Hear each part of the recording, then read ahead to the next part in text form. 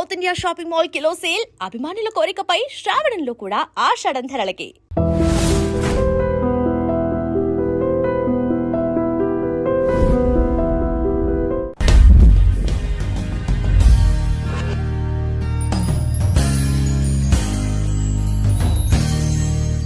General గా ఇచ్చిన సందర్భంగానే అనిపించిందండి. ఉన్నాడని ఎప్పుడు మొదటి నుంచి ఉందిగా నమ్మకం, దానికి ఉంది. కానీ నువ్వే దిక్కు, నువ్వు తప్పితే నన్ను ఎవరూ కాపాడలేరు అని 3-4 సందర్భాలు.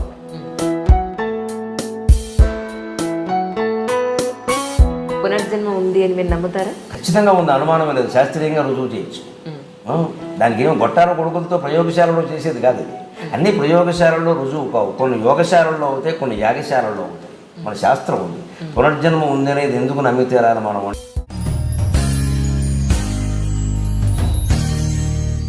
చాలా మంది ప్రతి వారం కూడా అడుగుతుంది ఏంటి అంటే, గరికపాటి గారిని ఒక్కసారి మాకు పరిచయం చేయండి మీ ఐ డ్రీమ్లో అని చెప్పని చాలా మంది అడగడం వల్ల సో మన గరికపాటి గారిని చాలా రోజు నుంచి విసిగించేశాను, క్షమించాలి.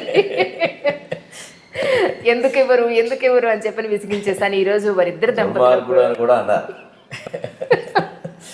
ఎస్, కరెక్ట్ నిజంగా. సో క్షమించాలి, దయించి ఏమీ అనుకోవద్దు. సో వారిద్దరు దంపతులు కూడా ఈరోజు నాతో పాటు ఉన్నారు. మరి మహా సంవత్సరాధాని అయినటువంటి గరికపాటి గారు ఈరోజు మాతో పాటు మనతో పాటు ఉండడం మనం నిజంగా చాలా పుణ్యం చేస్తున్నాం అని చెప్పారు. ముందుగా మీ ఇద్దరికి కూడా దిల్ సే వితంజలి కార్యక్రమానికి స్వాగతం చెప్తున్నాను. నమస్కారం.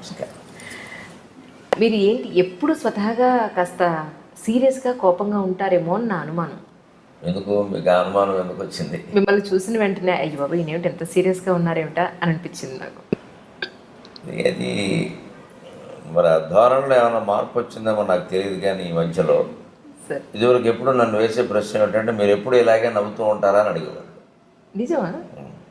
ఇంట్లో కూడా ఇలాగే చమత్కారాలతో ఉంటారా, ఎప్పుడు నవ్వుతూ ఉంటారని. నేను సరదాగా ఏమైనా ఉంటే, నక్క ఒక చోట ఓడ వేసి ఇంకో చోట గౌరీ కళ్యాణం వాడదు, ఎక్కడున్నా మనిషి ఒకలాగే ఉంటాడు. అందుకే నాకు అదే అలవాటు అన్న. ఇప్పుడు మీరే అడుగుతున్నారు ఈ ప్రశ్న. నిజంగా చాలా కోపంగా ఉన్నారు వచ్చినప్పటి నుంచి. ఏమంటే పొద్దున ఇంట్లో ఏం జరిగిందో మీరు చెప్పండి, ఎందుకు అలా ఉన్నారు వీళ్ళ కోపంగా ఉన్నారు? అసలు ఆయన కోపంగా ఉండరు. అంతేనా? ఓహో, గంభీరంగా ఉన్నారు కొద్దిగా కదా. అంటే స్వతహాగా అలాగే ఉంటారా? ఈరోజు ఏమన్నా? లేదు, అలాగే ఉంటారు. అంతే, అది నిజం. కొంచెం తక్కువ మాట్లాడతారు. మన అవగాహనలో ఒక పొరపాటు ఏంటంటే, సరదాగా ఉండకపోతే కోపంగా ఉన్నట్టు కాదు మనం అనుకుంటాం. చలోక్తులు వేస్తూ ఉండకపోతే ఆయన కోపంగా ఉంటారు అంటాం. ఈ సరదాకి కోపానికి మధ్యలో గాంభీర్యం అనేది ఒకటి ఉంది. అంటే అవసరమైతేనే మాట్లాడటం. ఆ చలోక్తి ఏదైనా అవసరమైతేనే వేస్తాం, పనిగట్టుకుని నవ్వించడానికి వేస్తే కృత్రిమంగా ఉంటుంది. అది సహజంగా రావాలి, కోపమైనా రావాల్సిందే కదా. ఆ సహజ స్థితికి కృత్రిమంగా మనం ఉంటే తెలిసిపోతూనే ఉంటుంది ఎదుటి వాళ్ళకు కూడా. ఆ గాంభీర్యం అనేది ఒకటి ఉంది. ఆధ్యాత్మికతలో గాంభీర్యం చాలా ముఖ్యమైన విషయం. శంకరాచార్య స్వామి శివానంద లహరిలో చెప్తారు, గాంభీర్యం పరిఖాపదం ఘనధృతి ప్రాకార ఉద్యద్గుణస్తోమశ్చాప్తపదం అంట. భగవంతుడు మన మనస్సులో ఎప్పుడు ఉంటాడంటే గంభీరంగా ఉంటాడంట.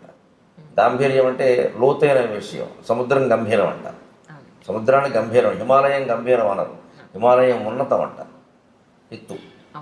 సముద్రం గంభీరం, లోతైంది, సముద్ర గాంభీర్యం అంటారు. ధైర్యం వస్తే మేరుపర్వతం చెప్తారు. లోతుతైన తత్వం అయితే గాంభీర్యం అని చెప్తారు.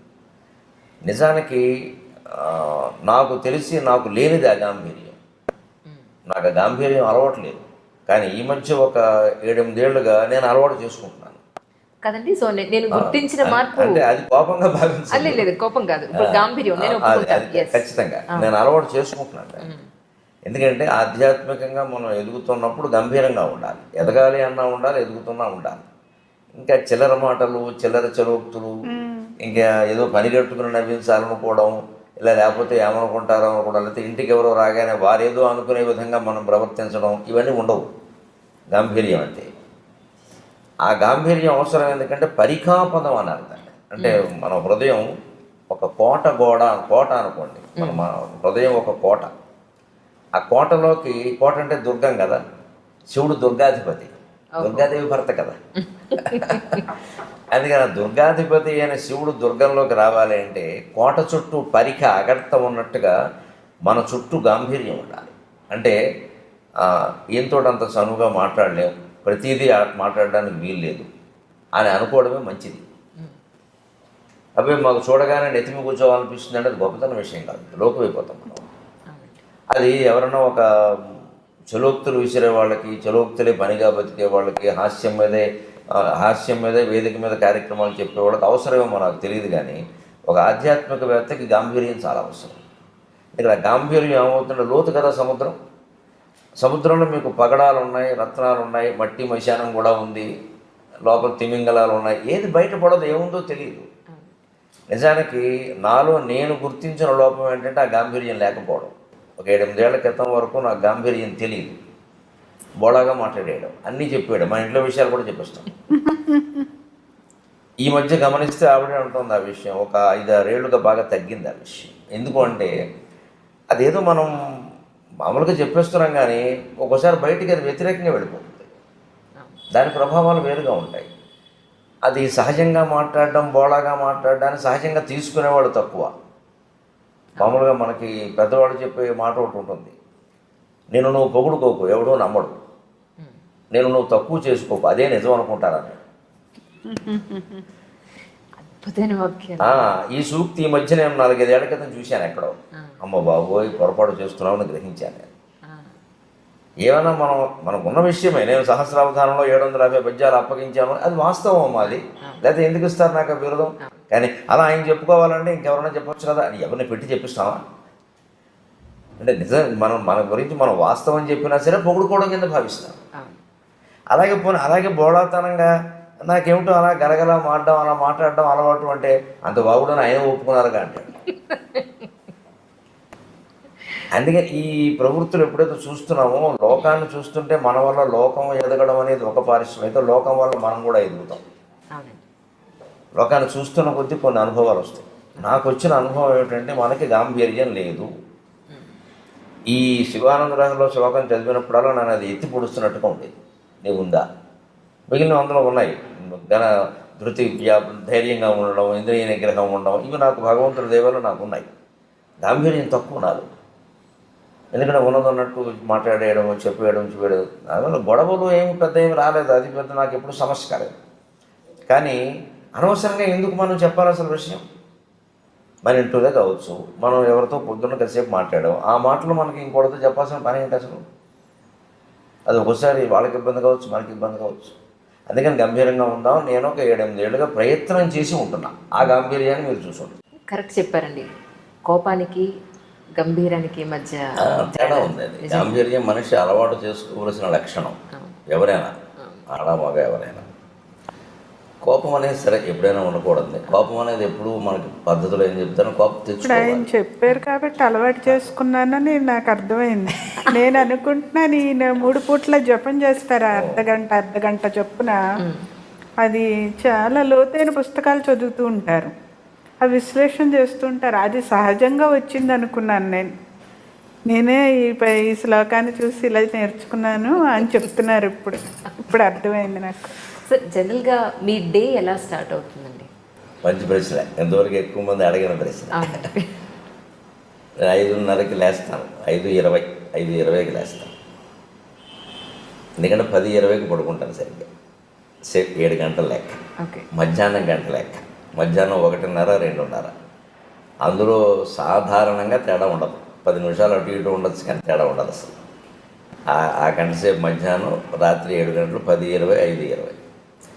సరే 6:30 వరకు కాలకృత్యాలు, స్నానపానాలు సరిపోతే ఏమీ కాఫీ టీలు కానీ ఏమీ పుచ్చుకోవడం ఉండదు.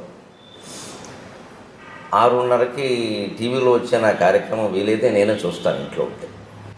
ఎందుకంటే మనం శ్రోతగా వినడం వేరు, చెప్పడం వేరు. ఇప్పుడు ఎక్కడెక్కడ శ్రోతలు ఇబ్బంది పడతారో, సాగదీసాం అనుకుంటారు, లేకపోతే చెప్పలేదు అనుకుంటారో, ఇంకా చెప్పాల్సింది అనుకుంటారు, అవన్నీ మనకు తెలుస్తాయి. అందువల్ల వీలైతే చూస్తాం. లేకపోతే వేరే ఊళ్ళో ఉంటే ఇంక మళ్ళీ ఏదో యూట్యూబ్ చూడడం, లేకపోతే ఏదో స్మార్ట్ ఫోన్ పెట్టుకోవడం, ఇవన్నీ అసలు మనకు లేవు. ఇంకా ఏదో హోటల్లోనే ఎక్కడ ఉంటే టీవీలు కుదరదు. ఎవరింట్లో ఉన్నా పొద్దునే వెళ్ళి టీవీ పెట్టమని చూస్తే అక్కడి నుంచి వాళ్ళు కాఫీ పట్టుకొస్తారు, అక్కడి నుంచి పత్రిక వస్తుంది, ఇవన్నీ కుదరవు. ఏదో వారంలో 1-2 రోజులు కుదిరి చూస్తాను, లేకపోతే వెంటనే నా జపానికి నేను వెళ్ళిపోతాను. సరే, సహజంగా మనకి కులాచారం ప్రకారం వచ్చిన సంధ్యావందనం ఉంది, అది గాయత్రి జపం. అది అయిపోయాక 8 వరకు పూర్తిగా నా జపదపాలు పారాయణలు ఉంటాయి. నాకు పొద్దున్న సంధ్యావందనం తర్వాత నేను చేసేది ప్రత్యేకమైన జపం ఏం లేదు, గాయత్రి జపం ఒకటే. తర్వాత ఎక్కువ పారాయణ చేస్తాను. అంటే పారాయణ అంటే మళ్ళీ ఒకటే రోజు విష్ణు సహస్రం, రోజు లలిత సహస్రం ఇలా నియమంగా చదవడం కాదు, గ్రంథ పఠనం అనాలి దాన్ని, పారాయణ అనడానికి లేదు. గంటలో 6 పుస్తకాలు చదువుతాను. ఒకటి శివపరమైంది, ఒకటి విష్ణుపరమైంది, ఒకటి అమ్మవారి పరమైంది. మన హిందూ ధర్మంలో వీళ్ళు ప్రధాన దేవతలు ఈ ముగ్గురు. ఇంకొకటి ప్రత్యేకం 10 నిమిషాలు శంకర సాహిత్యం, శంకరాచార్య సాహిత్యం. తెనాలి సాధనా గ్రంథ మండలి వాడు 21 పుస్తకాలు వేశాను. భగవంతుడి దేవల్ల ఆ 10 నిమిషాల సమయం పెట్టుకోవడం వల్ల నేను సుమారుగా హైదరాబాద్ వచ్చాక మొదలుపెట్టిన ఆ సాహిత్యాన్ని 8 ఏళ్లలో 21 పుస్తకాలు పూర్తి చేశాను.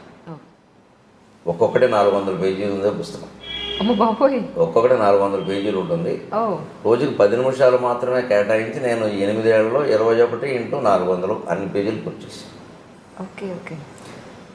అలాగే శంకర సాహిత్యం యోగ వాసిష్టం నాకు బాగా ఇష్టమైన గ్రంథం. నాకు పూర్తి నిశ్చింతైన జీవితాన్ని ప్రసాదించిన గ్రంథం నిజంగా. వాల్మీకి మహర్షికి, వశిష్ఠ మహర్షికి నేను రుణపడి ఉన్నాను నిజంగా. దాన్ని రచించింది వాల్మీకి, చెప్పింది వశిష్ఠుడు. అది నా మీద ప్రభావం చూపించినంతగా మరి ఏ గ్రంథం చూపించలేదు. నా జీవితం కూడా నా మీద అంత ప్రభావం చూపించలేదు, ఆ గ్రంథం అంత చూపించింది. దాని గురించి నేను చిన్నతనంలో విన్నది ఏమిటంటే, ఈ చదివిన వాడు పిచ్చాడు అయిపోతాడు, లేదా మహాజ్ఞాని అవుతాడు. అయితే మహాజ్ఞాని అవుతాడు, లేదా పిచ్చివాడు అయిపోతాడు. మా ఊళ్ళోనే అటువంటి పుస్తకం చదివి పిచ్చాడు అయిన వాడు మేము చూసాం. ఈయన ఎందుకు ఇలా పిచ్చాడు అయ్యాడని మా అమ్మని అడిగితే, ఫలానా గ్రంథం చదివి ఇలా అయ్యాడు అని చెప్పింది. ఏముంది అసలు ఆ గ్రంథంలో మీరు చదివాను? మొత్తం జగన్ మిథ్య అని ఉంటుంది. బ్రహ్మసత్యం జగన్ మిథ్య, శంకరాచార్య చెప్పిన సిద్ధాంతం వేదంలో ఉన్నదే. కానీ చాలా పచ్చికి నిజాలతో, మనం మొహం బద్దలైపోయే నిజాలతో చెప్తాడు. ఇది నువ్వు ఒప్పుకోకపోవచ్చు కానీ సత్యం అంటాడు అంతే. అందరూ చదవచ్చు అంటారా? అందరూ చదవచ్చు, కానీ అంటే దానికి తగిన పరిపక్వత ఉండాలి. ఇప్పుడు ఆ పరిపక్వత లేకుండా చదివితే పిచ్చాడు అవుతారు. మా ఊళ్ళో నాయుడు అని ఒక ఆయన ఉండేవాడు. ఆయన ఇలా పాపం తిరుగుతూ ఏదో ఆయనలో పద్యాలు పాడుకుని మాటలు పాడుకునేవాడు. అతను అందరూ పిచ్చివాడు అనేవారు. మా అమ్మని ఏమిటమ్మా అతను అంటాడంటే, అతను 2 పుస్తకాలు చెప్తారా, యోగ వాసిష్ఠం అంటే అదొకటేను, సీతారామాంజనేయ సంవాదం అని ఒకటి ఉంది తెలుగులో. పరశురామ పంతులు లింగమూర్తి గురుమూర్తి గారు రచించారు. అంటే సీతాదేవి హనుమంతుడు కలిసి రామతత్వం గురించి చర్చిస్తారు. సీత చెబుతూ ఉంటుంది, హనుమంతుడు వింటూ ఉంటాడు, ప్రశ్నిస్తూ ఉంటాడు. ఈ 2 చదవడం వల్ల వాడు ఎలా అయ్యాడని అంటున్నారు రా. నాకు అప్పటి నుంచి ఆ 2 చదవాలని పట్టుదల. చదవలేదు ఇంకా మీరు? అవి 2 ఎప్పుడు 2 చదివాను, అయినా కాలేదు. అదేంటున్నాను మరి. అయ్యానో లేదా ఆవిడ చెప్పాలి. ఇప్పుడు నేను కాలేదని నాకు లేదండి, మీరు పిచ్చాడానంటే నేను చేయగలిగిందండి. ఆవిడ చెప్పిందే నిజం. మన గురించి మనం ఏమనుకుంటాం అన్నదానికంటే ఎదుటి వాళ్ళు ఏమనుకుంటారు. పోనీ ఎదుటి వాళ్ళు అంటే ఇప్పుడు మీ పోటుగాడు ఎప్పుడో పరిచయం అవుతారు. ఆవిడ ఇచ్చి కాపురం చేస్తుంది. లేదంటే నేను ఖాయంగా పిచ్చిపోవడానికి ఆవిడంటే నేను మాట్లాడడానికి వెళ్ళలేదు నేను. అదే నిజం. కానీ కాలేదు. ఏమంటారమ్మా మీరు? సార్ మీ మీదే వదిలేరు. ఆవిడ ఏమంటుందో నాకు తెలియదు, కానీ నేను ఎలాంటప్పుడు జోక్ వేస్తాను సహజంగా. నన్ను పిచ్చాడని ఆవిడ అందనుకోండి, కాకపోతే నేను ఎందుకు చేసుకుంటాను అయిపోయా. కాబట్టి నన్ను చేసుకున్నారు, మంచివాడు అయితే నేను ఎందుకు చేసుకుంటాను, ఇంకేముంది, గొడవ లేదు అంతే. అది ఆ ప్రభావం అలా ఉంటే నాకు అప్పటి నుంచి చదవాలని పట్టుదల. ఈ సీతారామాంజనేయ సంవాదం అనేది నేను అప్పుడే చదివా, 18 ఏళ్ళ వయసులోనే చదివా, తెప్పించుకుని చదివా. ఏం కాలేదు, కానీ గొప్ప సందిగ్ధావస్థలో పడింది మనసు. ఏదో అపూర్వమైన సత్యం ఉంది, మన స్థాయికి మనకు అర్థం కావట్లేదు జగత్తు గురించి. అదే మనం ఇంకా చదవాలి. ఈ అండంలో ఏమైందంటే మనస్సు హేతుబద్ధత లేనిది మనం అంగీకరించద్దు అనే నియమానికి వచ్చేసింది, ఆ ఆలోచనకు వచ్చేసింది. అందుకే 18 ఏళ్ల ప్రాయంలో నేను నాస్తిక్ గ్రంథాలు, కమ్యూనిస్ట్ గ్రంథాలు కూడా చదివాను. క్యాపిటల్ చదివాను, రంగనాయకం గారి పుస్తకాలు చదివాను, శ్రీశ్రీ రచనలు చదివాను, చలం పుస్తకాలు చదివాను, విస్తృతంగా చదివాను. ఇంకా చదవడం అంటే అప్పటికి ఇప్పటికీ ఒకటే అలవాటు, పట్టుకోవడం. ఇంకా అయితే అప్పటికి ఇప్పటి తేడా ఏంటంటే, అప్పుడు ఒక పుస్తకం పట్టుకుంటే అదే చదువుతూ ఉండేవాడిని. ఇప్పుడు అలా కాకుండా నా మనస్సు నేను నిగ్రహించుకుని ఏ పుస్తకం 1 గంట మించి చదవను. నా ప్రణాళిక నాకు అక్కడ మనసు ఆపుకుని, అది ఎంత రసవత్తరంగా ఉన్నా సరే అక్కడ ఆపు, లేదా ఎంత విసుగొస్తున్నా సరే అది చదవాలి అనుకుంటే చదవాల్సిందే, విసుగు వచ్చినా సరే. అది ఎంత రసవత్తరంగా ఉన్నా ఆపేయాలంటే ఆపేయాల్సిందే. మన మనసు మీద మనకు నియంత్రణ లేకపోతే ప్రపంచంలో ఏం చేయాలి? వీళ్ళ ప్రపంచంలో అనేక సంక్షోభాలకు అదే కారణం.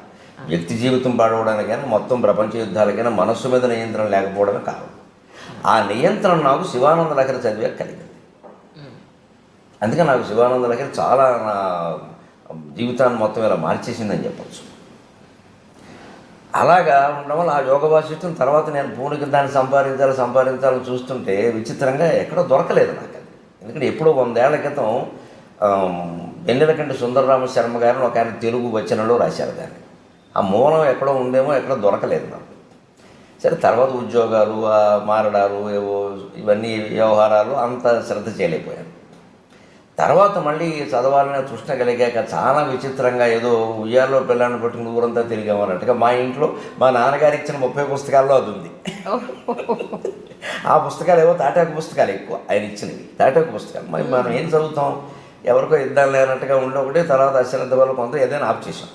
సరే ఆయన వేదసం మా నాన్నగారు వేద పండితుడు, అవధాని, వేదంలో అవధాని అంటారు. వేద సంబంధమైన పుస్తకాలు మనకి ఎందుకు వచ్చి మనం ఏం చదవలేదు, ఏదో తప్పు స్వరంతో చదివితే లేనిపోని ఇబ్బందులని అలా అట్టి పెట్టారు. అనుకోకుండా ఉన్న ఆ పుస్తకాల్లో ఇంచుమించు ఒడిగిపోతూ పుస్తకం పేజీ ముట్టుకుంటే చినిగిపోయేలా ఈ పుస్తకం దొరికింది. యోగ వాసిష్టము, ఇలా వెన్నెలకంటి సుందరరామ శర్మ అనువాదము. ఇదేమిటి ఇక్కడ పెట్టుకున్నాం మనం దీన్ని అని వెంటనే నేను అప్పుడు చదవడం మొదలుపెట్టాను. అప్పటికి 47 వయసు వచ్చేసింది. ఈ సీతారామాంజన సంవాదం ముందే చదివాను కానీ ఇది చదివాను. అప్పుడు మొత్తం ప్రపంచం ఎలాగా విడిపోయింది అంతే. నాకు ఒక ప్రయోగశాలలో ఓ పుష్పంలో వస్తువును అడ్డుకోత నిలువుకోత గీసేసి బకాలుగా విడదీసి పరిశోధన చేసి ఇదండి దీని విషయం అని బయట పెట్టేస్తాడు శాస్త్రవేత్త. నాకు జగత్తుకు సంబంధించిన విషయం అంతా బయట పడిపోయింది అంతే. ఇది నథింగ్. దీని గురించి మనం ఆలోచించాల్సింది లేదు. ఏదో నిర్ణయించబడిందో అది నడుస్తుంది, నడవని. మనం చేయాల్సింది ఏదో చేద్దాం. దేనికి చింతించాల్సిన పని లేదు, దేనికి పొంగిపోవాల్సిన పని లేదు. అప్పటికి నేను సహస్రావధానం కూడా చేసేసాను. సరే, ఇన్ని పుస్తకాలు చదివిన తర్వాత ఇప్పుడు మీకు మొత్తం అంతా అర్థమైంది అన్న దాంట్లో మేము అర్థం చేసుకోగలిగే పాయింట్ ఏదైనా ఒక చిన్న విషయం ఏదైనా చెప్పగలుగుతారు మిమ్మల్ని మధ్యలో ఆపాను, సామాన్య ప్రజలకు అర్థమయ్యేలాగా? ఒక్క మాటలో చెప్పాలంటే,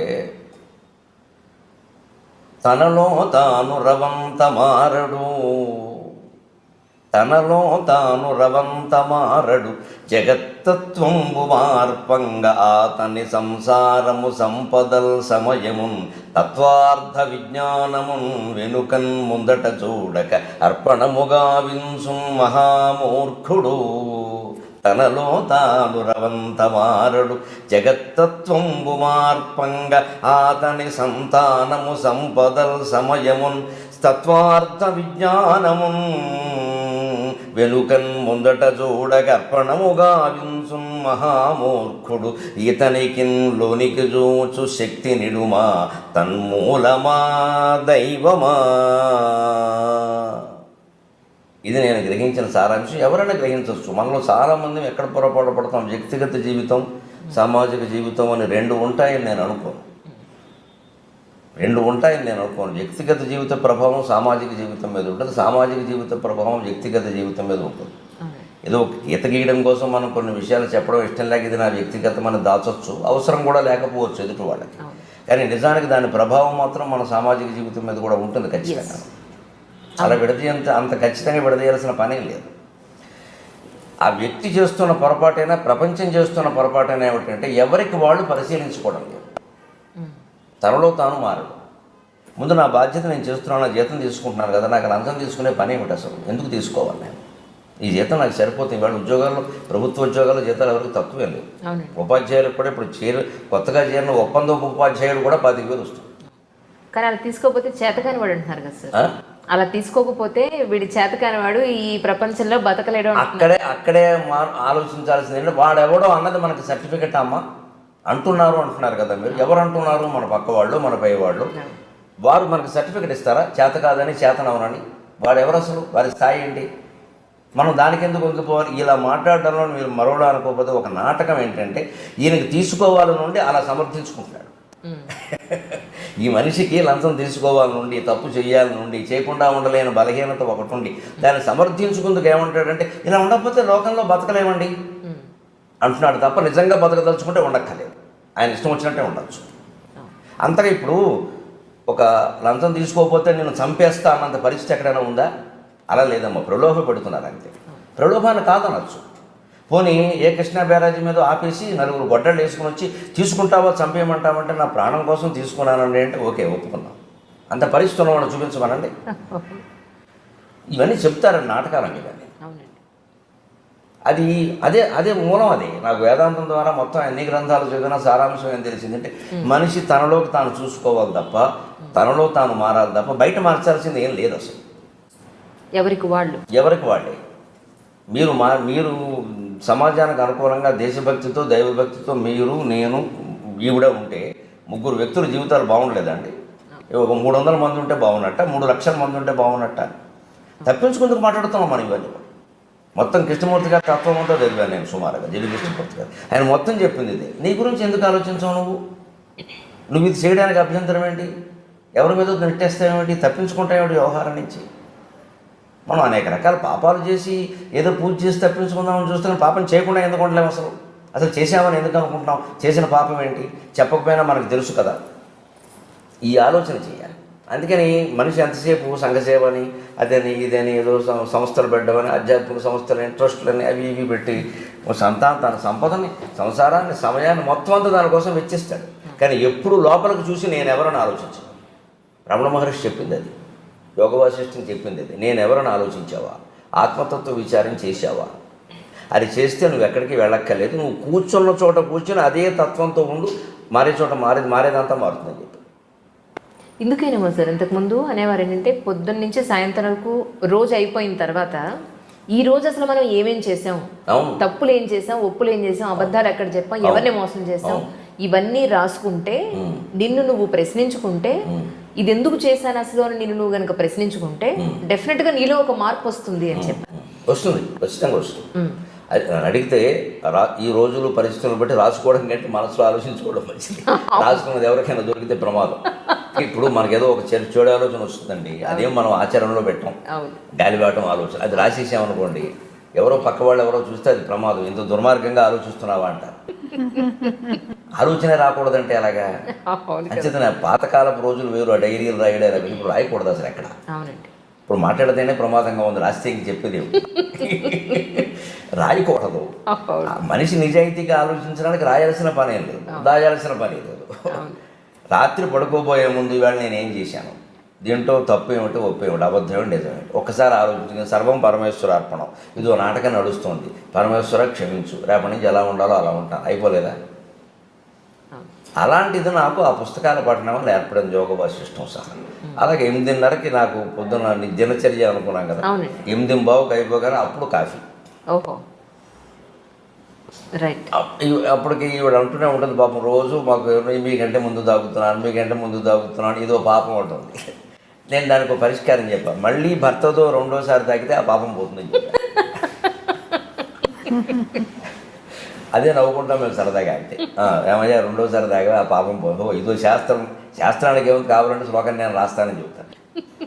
సరదాగా ఏముందమ్మా, 8:30కి ఇద్దరం కూర్చొని కాఫీ తాగుతాం, కాసేపటికి అల్పాహారం సిద్ధం చేస్తాం, అది తినేస్తాం. 9ంటికి సరిగ్గా నేను దినపత్రిక పట్టుకుని కూర్చుంటాను. 9 నుంచి 10 ఒక దినపత్రిక ఇంటికి వస్తుంది, ఖచ్చితంగా పట్టుకుని కూర్చుంటాను. ఆ పత్రికలో అంతకుమించి మాత్రం చదవక్కర్లేదు. ఒకసారి ఒక 10 నిమిషాల ముందే అయిపోతుంది. అవి చదువుతాను. ఏదైనా మనకి గ్రహించాల్సింది ఉంటే గ్రహించాలి, లేదా ఒకవేళ చెప్పాలి సభలో కానీ ఇంకో టీవీలో కానీ చెప్పాలంటే తప్పనిసరి అయితే చెప్పడం, లేకపోతే వదిలేడు. ఇదివరకు కూడా ఏదో విశేషమైన వార్తలు చెబుదాం, అలాగా సంచలనం అన్నట్టుగా మనస్సు ఆలోచించేది. కానీ ఆధ్యాత్మిక పరిపక్వత కారణంగా ఈ మధ్య నా మనసు ఆ సంచలనాల గురించి ఆలోచించట్లేదు అసలు. అది పూర్తిగా 100% అవసరం, ఉపయోగపడుతుందంటే చెబుదాం, లేదా వద్దు. ఎందుకంటే ఇవన్నీ నిందించడం వల్ల, విమర్శించడం వల్ల కలిసి వచ్చేది ఏం లేదు, ఎవడూ మారడం, మనకి శత్రువులు పెరగడం తప్ప దానివల్ల కలిసి వచ్చేది లేదు. అది కూడా అర్థమవుతుంది, క్రమంగా అర్థమవుతుంది.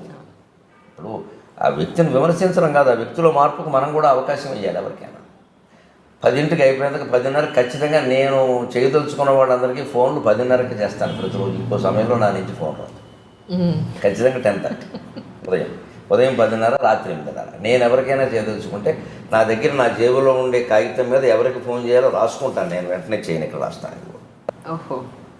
ఇదొక బుక్లెట్, 8 పేజీలు ఉంటాయి ఇందులో. ఇది కూడా ఇది వాడేసిన రైల్వే టికెట్, వేస్ట్ వృధా చేయకుండా ఇది 8 మడతలు పెట్టి దీనికి నెంబర్లు వేసి దీని మీద ఎవరో వెంకట్రావుకి ఫోన్ చేయాలి, వెంకట్రా అని రాసుకుంటాను నేను. అది పొద్దున్న 10:30కైనా చేస్తాను, ఎందుకంటే ఆయన ఆఫీసులో ఉంటే దొరుకుతాడు. రాత్రి 8:30కి చేస్తాను, ఇంట్లో ఉంటే దొరుకుతాడు. క్లారిటీ స్పష్టం. అందుకని ఇంకా ఆ విషయం ఆలోచించాను. బుర్ర నిండా వారికి ఫోన్ చేయాలి, వీరితో మాట్లాడాలి, ఏమిటో అన్నీ మర్చిపోతున్నాం. ఈ మధ్య నాకు మతిమరుపు ఎక్కువైపోయింది. అదేం ఉండదు అసలు, మనం దానికి పని చేయక.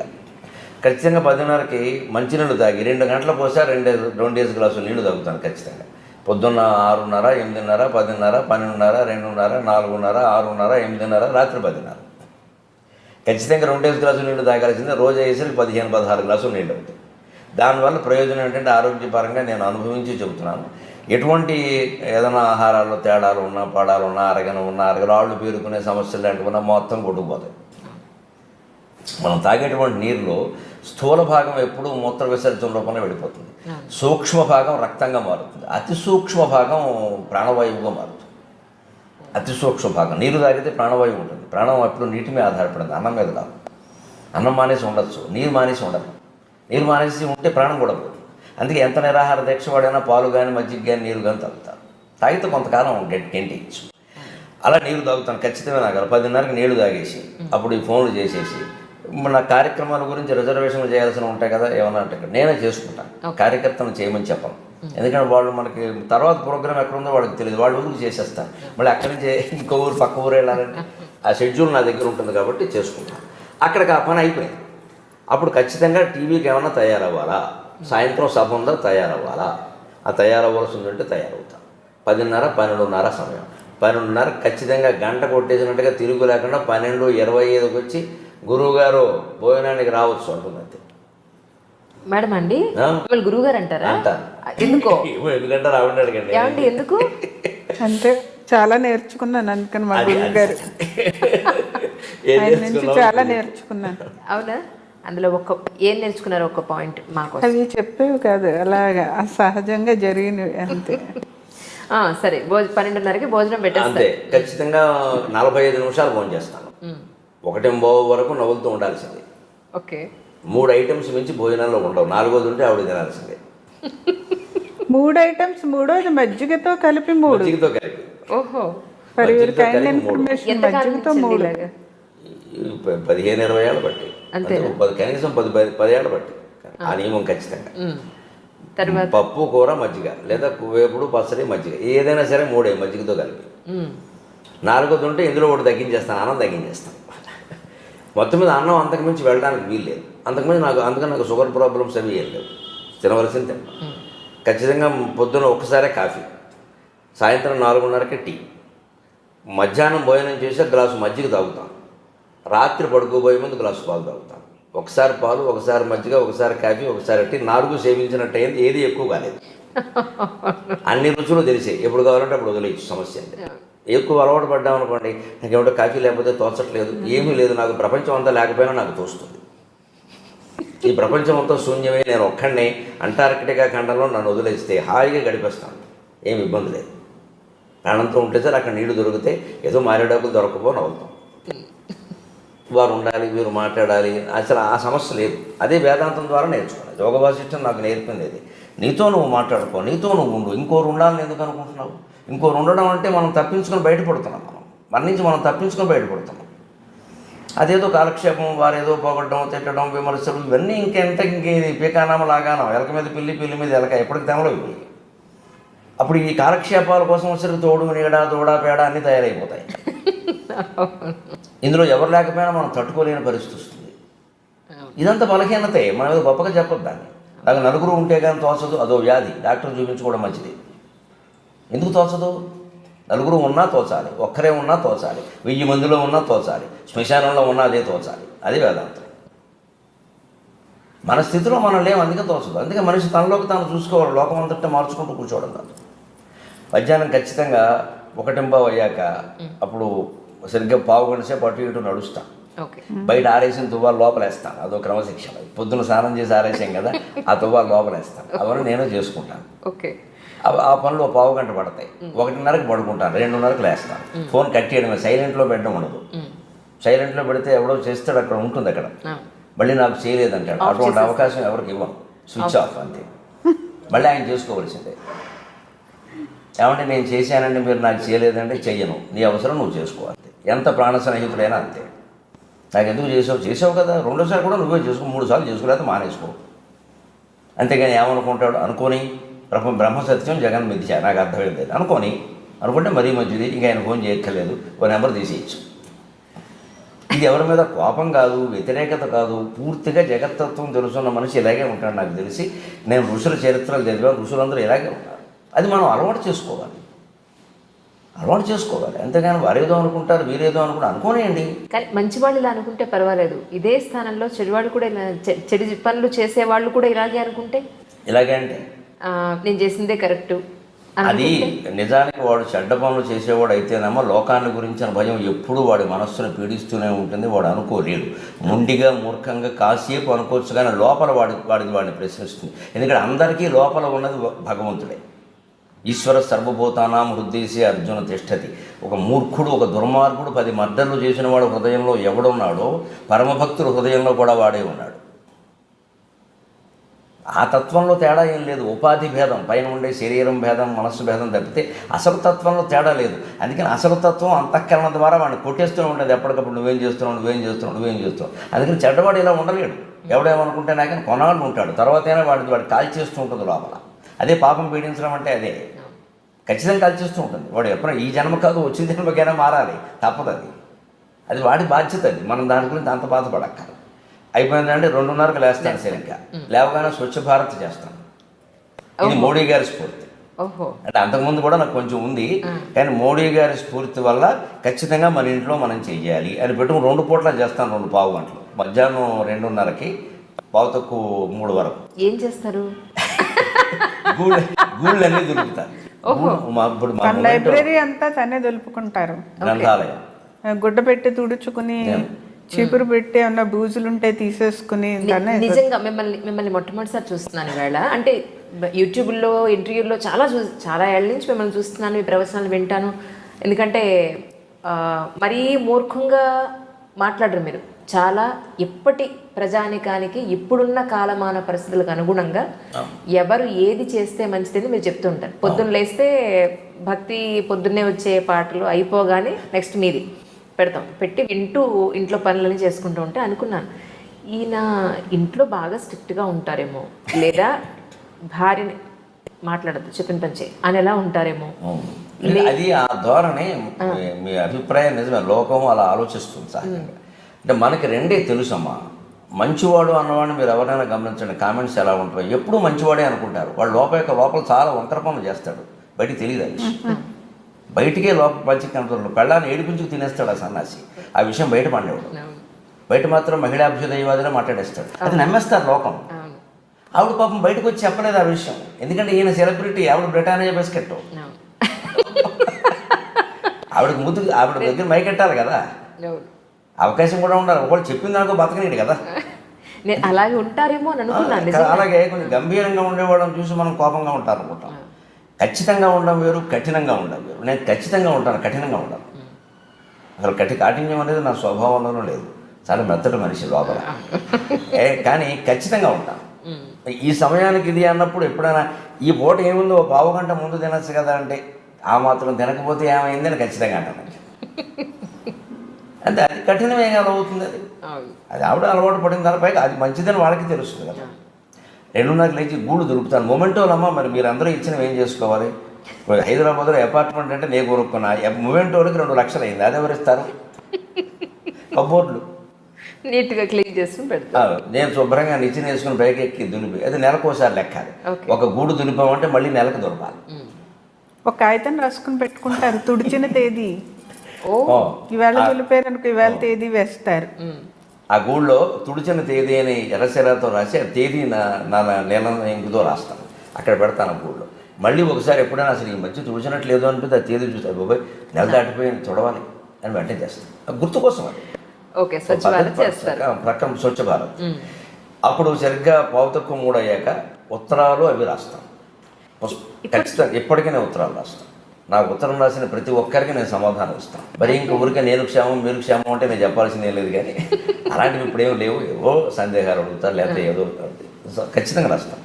పోస్ట్ కార్డులు అయితే సుమారుగా 99% పోస్ట్ కార్డులే రాస్తాం. అంతేకాదు బోర్డు మంది కవులు పుస్తకాలు పంపిస్తారు, రచయితలు పుస్తకాలు పంపిస్తారు. వాటికి ఖచ్చితంగా నేను చదివి అభిప్రాయం రాస్తాను. ఆలస్యం అవ్వచ్చు, 15 రోజులు కావచ్చు, నెల పట్టదు. అక్కడ ఒక పద్ధతిగా ఉంటాయి. పావుతక్కువ 3 నుంచి 3:30 వరకు ఆ పని చేస్తాను, 45 నిమిషాలు. ముందు ఉత్తరాలు రాయడం, తర్వాత పుస్తకాలకు అభిప్రాయాలు రాయడం, తర్వాత ఇంకో పని ఏంటంటే నాకు ఉపయోగపడేది, లోకానికి ఉపయోగపడేది చెబుతున్నాను. ఏ పుస్తకం చదివినా సరే నేను చదివేటప్పుడే పెన్ను దగ్గర ఉంటుంది. పెన్ను దగ్గర లేకుండా నేను చదవను. ఖచ్చితంగా ఆ పుస్తకంలో ఎంతవరకు చదివామో తెలియడానికి ఒక కాగితం పెట్టుకుంటాను, ఎంతవరకు అని రాసి, అతి ముఖ్యం అని రాసి ఇంకో కాగితం పెట్టుకుంటాను.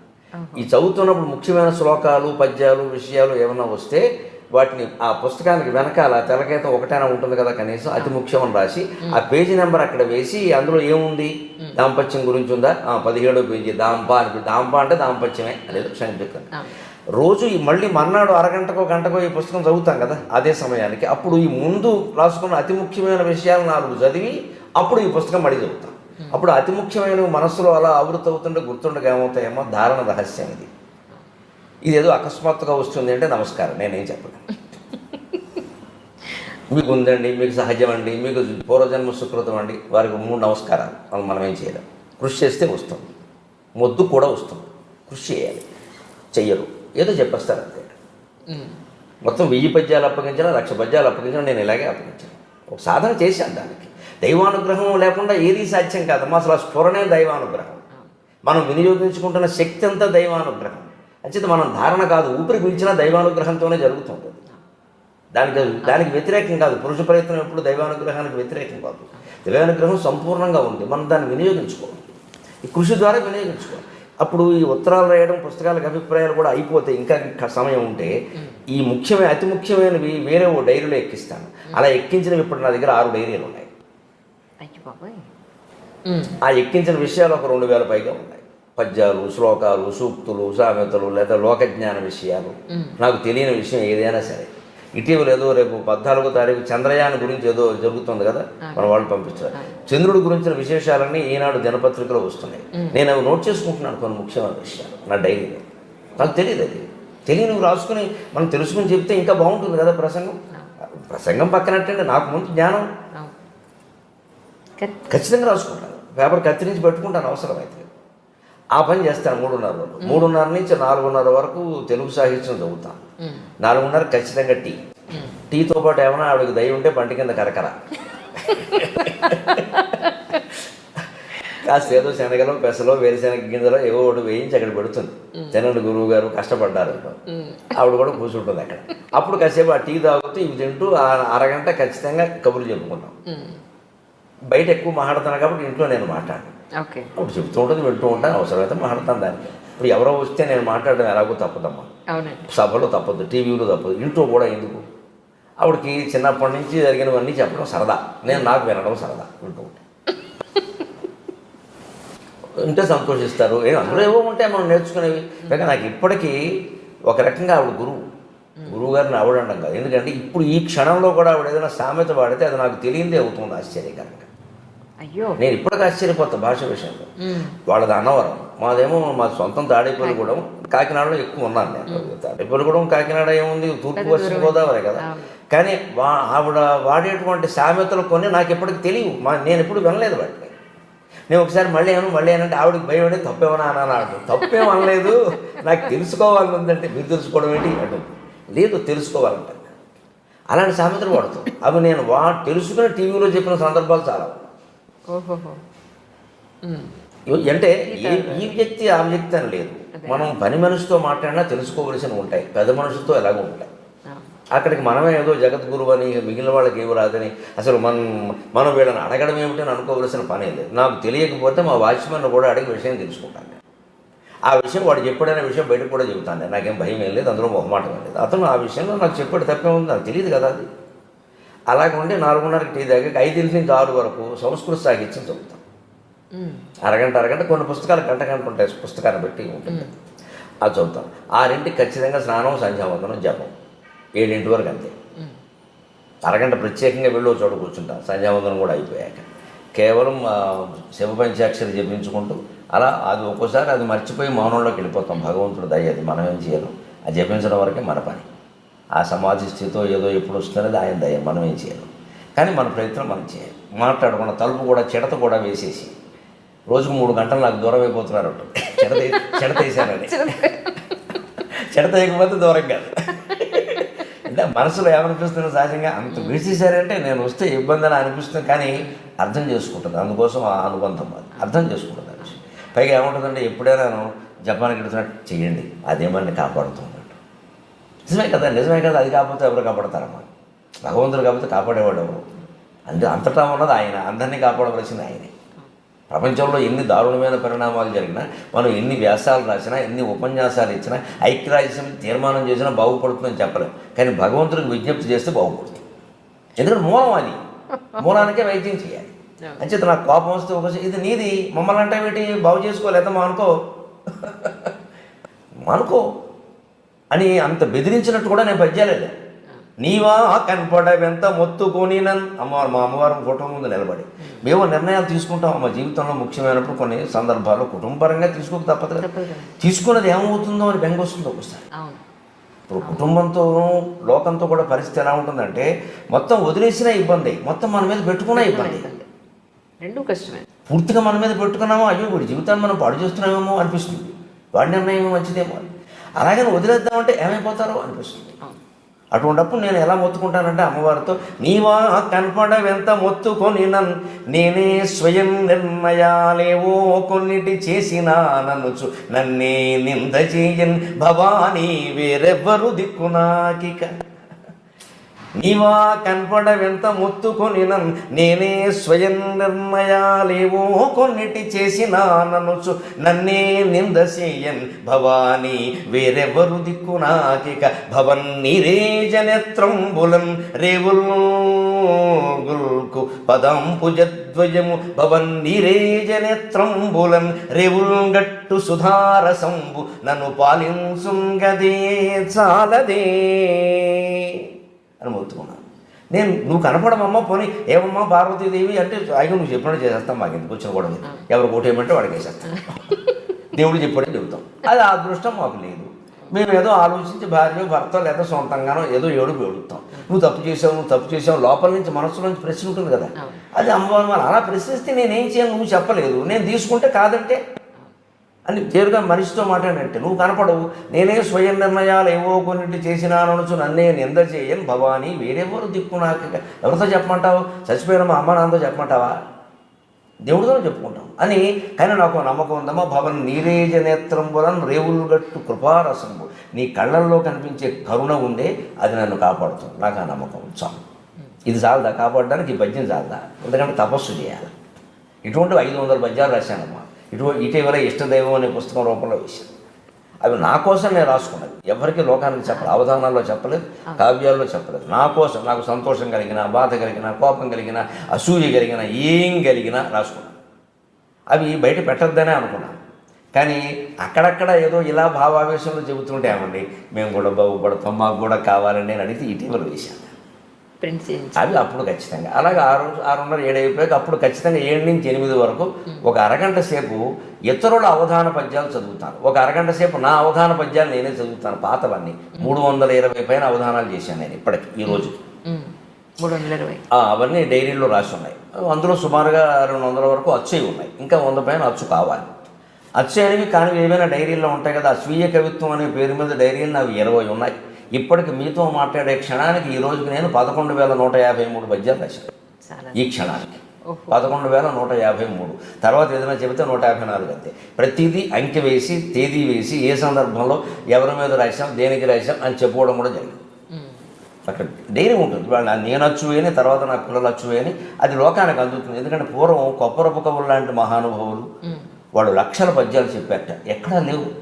మహా అయితే ఆ మహాకవులవి ఒక 1000-2000 దొరుకుతున్నాయేమో అంతే. మరి అవన్నీ పోయినట్టే కదా. తిరుపతి వెంకటకవులు కూడా మన నాటకాలు దొరుకుతున్నాయి, కానీ అవధాన పద్యాలు చాలా భాగం లేవు. వాళ్ళు చాలా అవధానాలు చేశారు, కానీ వాళ్ళకి రాయడం అలవాటు, పక్క వాళ్ళు రాసేవాళ్ళు లేక మర్చిపోవడం, అశ్రద్ధలు ఎక్కడెక్కడో పోయి. మహా అవధానాలు చాలామందికి పోయి. ఏవో చిన్న చిన్న కాగితాల మీద రాసేవాడు పాపం ఎక్కడో పోయి. వాడి పిల్లలు కొంతమంది శ్రద్ధ చేయలేదు. ఆ స్థితి నాకు పట్టద్దు. మనం మెటీరియల్ రెడీ చేసి పెట్టేస్తే సిద్ధంగా పిల్లల తర్వాత వేసుకుంటారు లేదు, మనం ఉంటే మనమే వేస్తాం లేదు, తర్వాత చూసుకుంటాం. ఈ పనులు అప్పుడు చేస్తాను 7 to 7:30 పరావధాన సాహిత్యం, 7:30-8 స్వీయ అవధాన సాహిత్యం. ఖచ్చితంగా 8ంటికి అప్పుడు మళ్ళీ టీవీ పెట్టి ప్రారంభం కొద్దీ ఏమొస్తే అది చూస్తాం. పళ్ళు తింటారు. పళ్ళు తింటారు. 50 ఏళ్ల వయసు వచ్చే వరకు భోజనమే చేసేవాడిని. ఒక 10 ఏళ్ళు నేను సుమారుగా 2010 నుంచి పళ్ళే, ఏవో 2 పళ్ళు, 2 యాపిల్ పళ్ళు, 2 బత్తాయి పళ్ళు, అంటే 2 ద్రాక్ష పళ్ళు కాదు. అందుకే అవి పైగా అవి మళ్ళీ పళ్ళ రసాలు అవన్నీ కుదరవు. అక్కడ ఊరికే పై తొక్క కొద్దిగా తీసాల బెసిన్లో పెట్టాలి. నేను తొక్క ఉంచుకొని నేను కూర్చొని తింటాను సావకాశంగా. ఒక పావు గంట 20 నిమిషాలు పడుతున్నారు కూడా. ఈ లోపు అరగంటలో ఏదో ఉన్నదంటూ మంచిది ఏదో పెడతాం, అంతకంటే ఏం చేస్తాం, ఏదో వస్తుంది పెట్టాం. కోసిస్తే ఎక్కువ పళ్ళు కోసి ఇచ్చేస్తామని తనే పండు బలంగా మనం ఇచ్చేయాలి. అప్పుడు లెక్క తేడా రాదు కదా. మాకు చేసేస్తాను 2 యాపిల్ పళ్ళు నుంచి 3 పళ్ళ మొక్కలు అందులో పెట్టేస్తాను. అందుకని పళ్ళు నాకు కనపడాల్సిందే లెక్కది. 8:30కి ఆ పళ్ళు తినడం అయిపోయాక అప్పుడు మళ్ళీ ఎవరికైనా ఫోన్లు చేయాలా. అలాగే ఈ కాగితం మీద రాసుకున్న పనులు కొన్ని ఉంటాయి. ఏదైనా రాయాలనో, పద్యం రాయాలనో, ఎక్కడైనా చెప్పిన పద్యాలు డైరీలో రాయడం, అతి ముఖ్యమైన విషయాలు పుస్తకంలో రాయడం, ఇలాంటి పనులు ఏమైనా ఉంటే బాకీ పనులు పెట్టుకుంటాను. నేను 8:30 నుంచి 9 వరకు ఆ పని చేస్తాను. 9ంటికి ఖచ్చితంగా ఆధ్యాత్మిక గ్రంథం చదువుతాను. వివేకానందుని complete works of Vivekananda original, ఆయన ఇంగ్లీషులో అద్వైతాశ్రమం కలకత్తా వాళ్ళు వేసింది 8 సంపుటాలు చదివాను. సద్గురు శివానందమూర్తి గారు మహర్షుల జీవిత చరిత్రలు 50 మంది మహర్షుల లైఫ్ హిస్టరీస్ రాశారు, జీవిత చరిత్రలు. అది ఆ సమయంలోనే నేను చదివాను. ఆధ్యాత్మిక గ్రంథం ఏదో ఒకటి, అది ఇంచుమించుగా తత్వ గ్రంథం అవుతుంది. పురాణాలు కాకుండా కృష్ణమూర్తి గారి ఫిలాసఫీ, నిసర్గదత్త మహారాజ్ ఫిలాసఫీ, రమణ మహర్షి సిద్ధాంతాలు, ఇటువంటి తాత్వికమైన గ్రంథం వివేకానంద, పరమహంస ఏదో ఒకటి అప్పుడు చదువుతారు. 9 to 9:30. 9:30కి మళ్ళీ జపం చెడతేసి 10ంటికి ఖచ్చితంగా మళ్ళీ స్వచ్ఛ భారత్. 10 to 10:15. అప్పుడు తుడిచేవి వేరే ఉంటాయి. ఈ సోఫాలు, కుర్చీలు, హాల్లో మీరంతా వచ్చి కూర్చొని ఉంటాయి కదా, మరి బాగానే కూర్చుంటారు. తుడిచే వాళ్ళు ఎవరు తుడుస్తారు? అవి దుమ్ము పట్టిందనుకో కబుర్లు చెబుతారు, సోఫాలు అనేలాగే ఉన్నాయంటారు. ఎవరు బయటికి వెళ్ళి చెబుతారు. అదంతా ఎందుకు మనకు శుభ్రంగా ఉండాలి. మనం మీరు వచ్చేది ఎప్పుడో, మేము రోజు కూర్చుంటాం కదా. ఖచ్చితంగా ఇలాగ సోఫాలో పరుపుంటే ఆ పరుపు తీసేసి వేరే చోట పెట్టి శుభ్రంగా చీపురు పెట్టి దానికి చీపురు ప్రత్యేకంగా పెట్టుకుని దులుపుకొని అన్నీ సర్దేసి రాత్రి లైట్ వేసాక ఉడవకూడదు, తుడవకూడదు అంటారు. అవన్నీ పిచ్చి నమ్మకాలు ఏం పర్లేదు. అవన్నీ అటువంటి నమ్మకాలు మన దగ్గర పనిచేయవచ్చు. నేను 10 ఏళ్ళుగా లైట్ వేసే తుడుస్తున్నాను, ఏమీ కాలేదు. ఈ నమ్మకాలు వదిలేయచ్చు. ఇవన్నీ మనకి ఊరికే అనవసరం. పూర్వపు సంప్రదాయాన్ని బట్టమ్మా, అది పూర్వం చిన్న దీపం పెట్టేవారు అటువంటి. ఎందుకు పగల సూర్యకాంతిలోనే పనులు చేసుకునేవారు. ఆ చిన్న దీపం వెలుతురులో ఏం కనిపిస్తాయి? పైగా ఆ చీకట్లో మీరు గమనించండి. ఎందుకు ఆ నమ్మకం ఊరికే రాదు. పల్లెటూళ్ళలో ఇళ్ళు, మట్టి ఇళ్ళు ప్రధానంగా, పాములు తేళ్ళు ఉంటాయి. ఆ చీకట్లో ఉడుస్తూ కూర్చుంటే ఏదో కలుస్తుంది. అందుకని చీకటి పడ్డాక ఉడవద్దన్న. ఇప్పుడేమో శుభ్రంగా ఫ్లడ్ లైట్లునో అన్నీ పట్టుకుని ఇప్పుడేం పోయింది. పగి ఇదేం పెద్ద మనం మామూలుగా తోడవడం కదా, ఇది ఇల్లు తోడవడం కాదు కదా. తరగడాలు దులిపి తోడడానికి ఏముంది? అవి ఆ పనులు చేస్తాను. అది స్వచ్ఛ భారత్. మళ్ళీ అప్పుడు ఖచ్చితంగా 10:20. మళ్ళీ పొద్దున్న 5:20కి లేచేందుకు వీలుగా అలారం పెట్టేసి సెల్ ఫోన్ దూరంగా పెట్టేసి పడుకోవడం. సెల్ ఫోన్ వాడకం అనేది రాత్రి 10 నుంచి పొద్దున్న 9 వరకు ఉండదు, అస్సలు ఉండదు. Switch off. మధ్యాహ్నం గంట స్విచ్ ఆఫ్. 9 నుంచి 12, 3 నుంచి 6 ఉంటుంది సుమారుగా. మిగిలినప్పుడు నేను దొరికి వాళ్ళ అవసరం, నా అవసరం కాదు. అంటే అది ఇప్పుడు నిస్పృహస్య తృణం జగత్, వేదాంత సారం ఇది. కోరిక లేనివాడికి ప్రపంచం అంతా గరికిపాటి. కోరిక లేనివాడికి ప్రపంచమే గరికిపాటి. నాకు కోరికలు లేవు, నాకు ప్రపంచం అంతా గరికిపాటి. నేను ఎవరిని లెక్క పెట్టాల్సిన పని లేదు, ఎవరిని ప్రత్యేకంగా నెత్తిమి ఎక్కించుకోవాల్సిన అవసరం లేదు, అలాగని ఎవరిని అవమానించాల్సిన అవసరం లేదు. నేను ఆశించట్లేదు వారి నుంచి. వారు ఏదైనా ఆశిస్తే వారి తాపత్రయం నాకు అనవసరం. డబ్బు మీద కానీ, ఇంకో రకమైన భోగాల మీద కానీ, పదవుల మీద కానీ, కనీసం నేను రాసిన పుస్తకాలన్నీ అచ్చవ్వాలి, దానికి ఏదో నాకు సన్మానం జరగాలని కానీ, అసలు నేను చెప్పే మాటలు ఎవడైనా వినాలనే కోరిక కూడా ఇవి వచ్చినప్పుడు లేదు. వింటే విని లేతలేదు, నీ ఇష్టం. నేను చెప్పదలుచుకున్నది చెబుతా, నేను చెప్పదలుచుకున్నదే చెబుతాను. మీ ఇష్టమైతే వినొచ్చలేదు. ఇంతమంది చూశారండి యూట్యూబ్లో బట్టను వెళ్ళి పైకి లేచి ఒకటి కిందకి లేచింది, వాడికి వేలు నొప్పి ఉంటే కిందకి దించుకుంటే నాకు అనవసరం. అసలు అది చూడండి, నా వ్యవహారానికే వెళ్ళాలి. ఇంతమంది మెచ్చుకున్నారు, ఇంతమంది నొచ్చుకున్నారు, డోంట్ కేర్, తీసేయి. వీళ్ళు మెచ్చుకోవడాలతో మనకేం సంబంధం లేదు. వీళ్ళు ఎవరో విమర్శిస్తే మనకు అంతకంటే పని లేదు. ప్రజల అభిప్రాయాలు పట్టించుకోరా. ప్రజలంటే ఎవరమ్మా? ఏం చదువుకున్నారు నాకు అర్థం కాదు. ఈ విమర్శలు చేసేవాళ్ళు ఏం చదువుకున్నారు? యోగ వాసిష్టం చదివారా? భగవద్గీత చదివారా? ఏం చదివారు? భారతం చదివారా? రామాయణం చదివారా? ఏమని విమర్శిస్తారు? అసలు ఒక మహాసహస్రావధాని లాంటి నేను కానీ, మా నాగమణి శర్మ కానీ, మేడసాని మోహన్ కానీ, లేదా కోటేశ్వరరావు గారు కానీ, షణ్ముఖ శర్మ గారు కానీ, మేము చెప్పే ప్రవచనాల మీద, అవధానాల మీద విమర్శలు చేయడానికి వాళ్ళ స్థాయి ఏమిటి? అసలు విమర్శించే అర్హత ఉండాలి. అర్హత ఏమిటి? ఏం చదివారు? ఓ పద్యం రాదు, ఛందస్సు రాదు, విమర్శిస్తాడు. దేవుడి గురించి తెలియదు, ఏ గ్రంథము చదువుడు, విమర్శిస్తాడు. అంటే వాడికి నచ్చకపోతే విమర్శిస్తాడు. అవన్నీ మనం పట్టించుకోవాలా? అంటే మనం చెప్పదలుచుకుంటే ఖచ్చితంగా చెబుతాం అంతే. ఇది దినచర్య. ఇది నిజానికి మొత్తం పూర్తిగా చెప్పింది ఇక్కడే. అది మన అభివృద్ధి రహస్యం, విజయ రహస్యం ఏదైనా ఉంటే ఇదే. అది మీ పట్టిక. దీంట్లో పేపర్లో రాసుకుంటారట. ఖచ్చితంగా ఉంది. ఇది ఈ టైం టేబుల్ రాసి ఉంటుంది. ఇది ఇప్పుడు ఇంకా నాకు లోపల మనసులో ఉంది, ఇంకా రాయక కానీ ఉంటుంది. రోజు ఉంటుంది ఖచ్చితంగా. ఒక మైకా కాగితంలో రాసి పెట్టేసి ఉంటుంది. అంటే ఒక్కనొకప్పుడు మీరు బాగా టైం వేస్ట్ చేయడం వల్ల ఇది చేయలేకపోయినా, ఇది సాధించలేకపోయినా అనే ఒక రిగ్రెట్ వల్ల మీరు ఇంత పర్టికులర్గా అయిపోయారని అలా జరగలేదు. మొదటి నుంచి అంతే. మొదటి నుంచి అంతే. నాకు తెలుసున్నప్పటి నుంచి ఇలాగే ఉంది ప్లాన్డ్. ఇంకా మా పెళ్లి కాని క్రితం నేను మా ఖానాపురం, వరంగల్ దగ్గర నరసంపేట జిల్లా మహేశ్వరంలో గురుకుల విద్యాలయంలో పనిచేశాను. ఆర్ఎస్ఎస్ వారి గురుకులం. అక్కడ 3 ఏళ్ళు పనిచేశాను. అప్పుడు పెళ్లి కాలేదు నాకు. అప్పుడు ఇలాగే ఉంటాను. నాకు ఆ విషయంలో నేను మా నాన్నగారికి రుణపడి ఉన్నాను. ఈ క్రమశిక్షణ మాకు మా నాన్నగారి నుంచి వచ్చింది. ఆయన ఎక్కడ రాయలేదు కానీ ఇలాగే చేసేవారు పనులు. ఆయన కాఫీ తాగే సమయం అసలు తువ్వాలు పెట్టి కాళ్ళు తుడుచుకునేవారు ఆయన. అదొక ప్రక్రియ. మా తాతయ్య గారు కూడా చేసేవారు, బాగా గుర్తు. ఆయన పాదాలు, మా నాన్నగారి పాదాలు ఆయన ఎర్రగా పొడుగ్గా ఉంటారు. ఆయన మీరు ఎలా ఉన్నారేమిటారు కానీ మనం అమ్మపోయి ఆయన పాదాలు గులాబీ పువ్వులో ఉంటాయి. మా నాన్నగారి పాదాలు అవి ఇలా పైన పెట్టుకుని ఆయన తువ్వాలు పెట్టి తుడుచుకుని ఒక పావు గంట తుడిచేవాడు ఆయన. అసలు చూస్తే మాకు కొందరికి ఏదో ఏమిటంత శ్రద్ధ అవసరం అంటే, అలాంటి మనిషికి ఆ శ్రద్ధ అవసరమే అనిపించేది నాకు. అంత అందమైన వాడు, గులాబీ పువ్వులో ఉన్నాడు, తుడుచుకున్నాడు. ఆయన పాదాలు ఆయనకి ఇష్టం. కానీ ఎప్పుడు చూసినా దండం పెట్టాలనిపించింది. ఆయన అది ఎలా ఉండదంటే ఆ క్రమశిక్షణ ఎక్కడ రాయలేదు ఆయన. అప్పట్లో ఈ రాత సాధనాలు అవి తక్కువ కదా. కానీ అలా జరిగేది. భోజనం ఒక సమయం, పడక ఒక సమయం, మళ్ళీ లేవడం కూడా అంతే. మళ్ళీ పడుకున్నాం కదా, ఇంకా సాయంత్రం టీ పెట్టాక లేపడం కాదు. అది ఆయన నుంచే వచ్చింది నాకు. అది నేను ఇంకాస్త నా వృత్తిరీత్యా ఇంకొంచెం గట్టిగా చేసుకున్నాను. అంటే ఆయన 2-3 గంటలు అలా కూర్చుని కబుర్లు చెప్పేవారు. గుడెరుగు మీద కూర్చుని అది ఆయనకి నడుస్తుంది, నాకు నడవదు.